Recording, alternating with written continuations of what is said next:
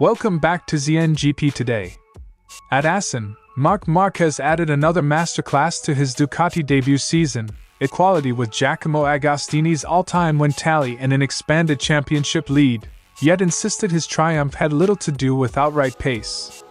In a DAZN chat with Jorge Lorenzo, he pulled back the curtain on how racecraft, resilience, and family ties define his current era of dominance. After a season of ups and downs, Pecco Bagnaia rediscovered his mojo at Asen, delivering his strongest pace of 2025 when it mattered most. In his candid post-race debrief, the three-time champion detailed how he's adapting ride style to tame a bike that still isn't fully in sync with him, and voiced frustration over delayed red flags after a serious Moto3 incident. Marco Bezzecchi came agonizingly close to victory at Asen, twice on the podium across Sprint and Sunday, but fell just short of defeating Marc Márquez. In a revealing debrief, the Aprilia rider opens up on the fight with the number 93, learning from his rival's lines, and the progress he and Noali have made as they continue to chase Ducati's pace. Fabio Quartararo mastered Asen qualifying with a stunning pole, only to endure a race that felt like a reversal of fortune. From a slippery grip at lights out to an untimely dodge of a fallen rival, the Yamaha factory ace found himself scrapping for 10th, yet he insists that worse than the result was the feeling of riding on a rain-soaked track in bone-dry conditions. Don't forget to click subscribe button and the bell icon for MotoGP news update.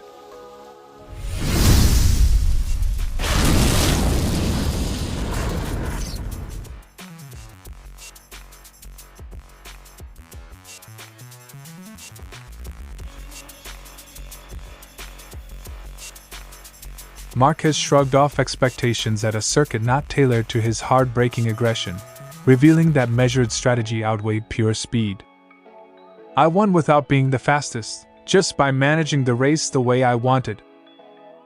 He mapped out his plan, hit a consistent pace for the first two-thirds of the race, then elevate his rhythm when rivals began to falter.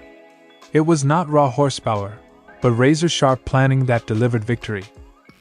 Before his race-winning performance, Márquez experienced his trademark Friday mayhem, two high-speed lows that tested Ducati's late-night repair crews.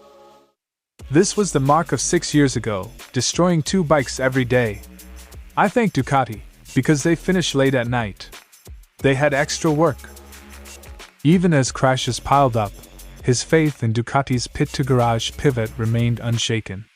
It underscores the trust between rider and team. Mistakes are temporary, results are lasting.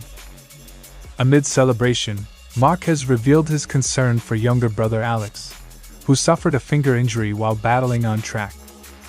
"I'm not 100% happy because my father told me that Alex dislocated his finger. He's my main rival for the World Championship, and I want them all on the track, especially if he's your brother." His empathy cut through championship ambition. Victory tastes hollow without healthy family on the grid.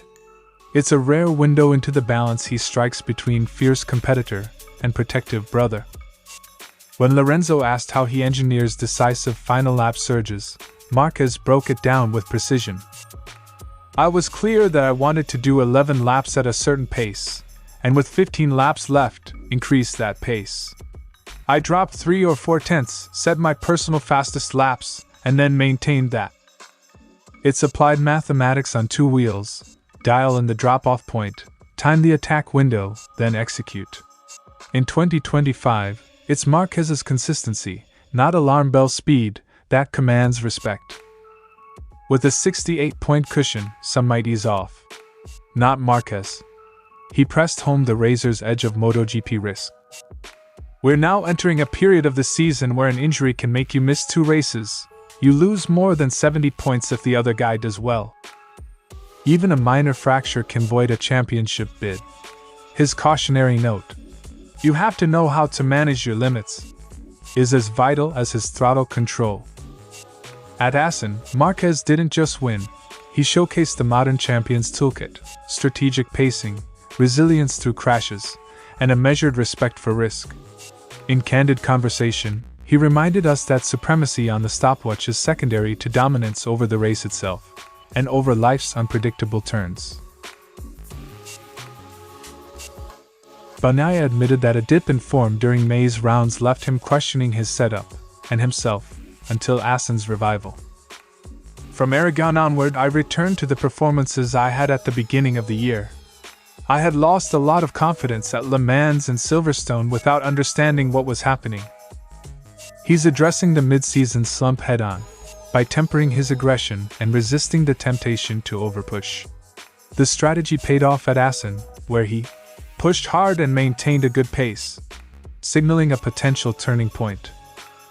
The Ducati's core character still clashes with Bagnaia's natural riding style, forcing him to rethink his technique. I'm trying to change my approach and not overdo it on the bike, otherwise it becomes easy to make mistakes. It's easier to get used to the vehicle you're riding. I need more stability, but it's always better.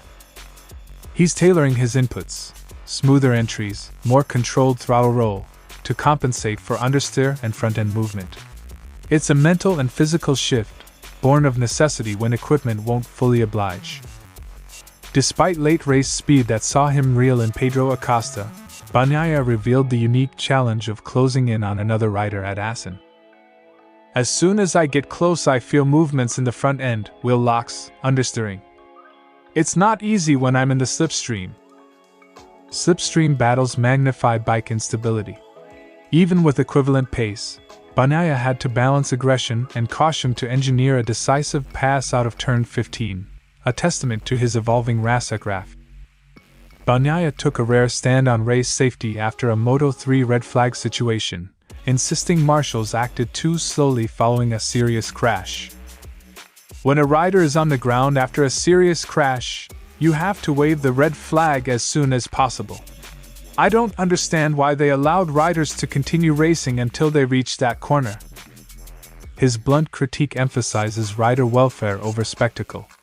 If marshals and race control can't halt action promptly, the danger compounds, an issue Bagnaia believes deserves immediate correction.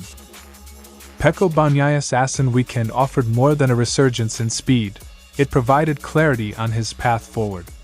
By moderating his style, managing traffic, and speaking out on safety, he's redefining his approach to both riding and responsibility. If this evolution holds, the next few rounds could see the champion's form fully restored, and perhaps a return to the top step. Bezzecchi felt the magic early, quick start, early moves, and briefly allowed himself to dream of victory. When I found myself behind Marc, I thought, why not give it a go? But in the second half of the race, he took a step forward. The challenge became just keeping up with him. The Aprilia was sharp off the line, and Bezzecchi had the fight in him. But when the laps started to click down, Marquez clicked up, leaving Bez just out of range and options. Despite matching Marquez in several sectors, a true attack was never fully on the cards. The only point I felt I had a real chance was braking for the final chicane. I passed Pecco and Alex there. But Marc was too fast out of turn 15. I always caught him in the wrong places. Slipstream turbulence, perfect sector timing from Marquez, and sheer positioning closed the door every time. Bezzecchi had the desire, but not the window. Bezzecchi made it clear he wasn't riding conservatively. This was full gas, all race long. I was on the limit the entire race. I studied him, tried to prepare something for the end, but the laps went by and he just got better and better. The pressure was relentless, but the payoff didn't come. It wasn't a strategic holdback. It was a case of pure ceiling being reached. Bezzecchi had a front row seat to study one of MotoGP's greats, and he soaked it in. He didn't do anything I haven't seen before, but he's strong everywhere, especially in the left-hand corners. Watching him helped me improve. Even in defeat, there's growth. Bezzecchi's a student of the game, and this was an elite lesson. Ducati's edge isn't just raw pace, it's how they maintain it. I have to be at 100% all the time to stay ahead. Ducati can maintain that pace with better management. But we're working on it. I feel very good with the team. Bezzecchi's honesty highlights the fine margins. He can run with them, just not yet with the same composure or sustainability. Bezzecchi sees this weekend as a step, not a destination. New aero helped, but personal study mattered more. Turns 10 and 11, videos helped me improve a lot there. Silverstone was still my best race. It always is when you win. He's building momentum, but not getting carried away. Even on a day he gave everything, Bezzecchi still sees room to grow. As Jorge Martin's legal battle with Aprilia simmers, Bezzecchi stays cool and focused. It doesn't affect me. My relationship with Aprilia is fantastic. I'm just trying to repay them with my performance. No politics. Just performance. Marco Bezzecchi may not have conquered Marc Marquez at Assen, but he showed the grit, speed, and self-awareness of a rider who's coming into form. As he builds trust in the RSGP and in himself, a breakthrough win on the orange-black Aprilia might not be far off.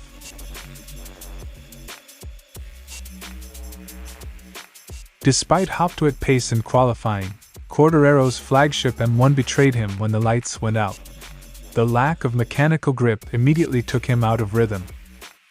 In the first lap, it was like riding in the wet. We have no grip. That sensation, squirming front end, spinning rear tire, was no illusion. Quartararo lost traction hand over fist, watching rivals slice through turn 1, while his Yamaha felt as if it were on a slippery varnish. On lap 6, disaster struck when Fermin Aldeguer front-ended at a high-speed section, forcing Quartararo off into the gravel to avoid a collision. In Fermin Aldeguer's accident, I had to go on the grass and I lost 8 or 9 seconds. That unscheduled excursion erased any hopes of recovery. While others capitalized on the chaos, Quartararo struggled to re-enter with momentum, effectively ending his charge from midfield. Compounded by compromised pace, Quartararo found himself trapped in another rider's wake, unable to use his trademark late-braking moves. When I'm behind someone, it's impossible to overtake. Dirty air and arm-pumping instability turned Assen's fast chicanes into defensive fortresses. Lacking the grunt and confidence to pass, Quartararo watched opportunities slip through his fingers. The dream start from the front row quickly became a nightmare as Quartararo was swept aside in the first laps. He admits there was little he could do to stem the tide. My start wasn't good, but it wasn't bad either. In the end, it doesn't really matter because I would have been overtaken anyway. His resignation speaks volumes. Even flawless launch control execution on Saturday couldn't counteract the Yamaha's race day frailty. It was a bullet that left the barrel too slow. This result echoes a year-long saga of gritty tire feedback and elusive traction, a narrative Quartararo has reluctantly become the face of. In any case, we never had any grip. It's a lament heard since Qatar, brilliant in a single lap, baffled over race distance.